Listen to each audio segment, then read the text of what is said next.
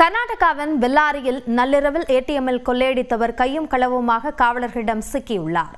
கூடுதல் விவரங்களை நம்முடைய செய்தியாளர் முகிலனிடம் கேட்கலாம். முகிலன், விவரங்களை பதிவு செய்யுங்கள்.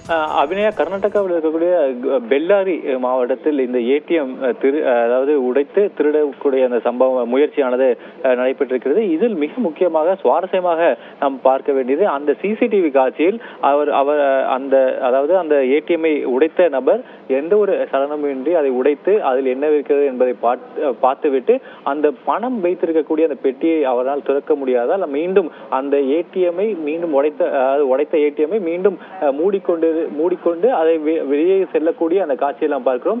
உடனடியாக அதாவது இந்த சிசிடிவி காட்சி இந்த சம்பவம் நடப்பதை சிசிடிவி காட்சிகளை காவல் நிலையத்திலிருந்து கண்டறிந்த காவல்துறையினர் சரியாக அவர் வெளியே செல்வதற்கு முன்பாக அந்த ஏடிஎம்முக்குள் உள்ளே புகுந்து அவரை பிடிக்க முயற்சிக்கக்கூடிய அந்த காட்சியை நாம் பார்க்கிறோம். முதலில் அந்த மல்லிகார்ஜுனா என்ற ஒரு ஆய்வாளர் தான் உள்ளே சென்று அந்த நபரை பிடிக்கிறார்.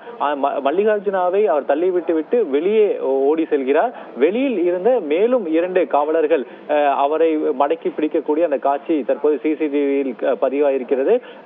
இந்த நபரை பிடிக்க முடிக்கக்கூடிய இந்த காவலர்களை தாக்கிவிட்டு தப்பிக்க முயல்கிறார். இருந்த போதிலும் சுமார் 3 அல்லது 4 காவலர்கள் அவரை மடக்கி பிடித்து கைது செய்திருக்கின்றன. அபிநயா, விவரங்களுக்கு நன்றி முகிலன்.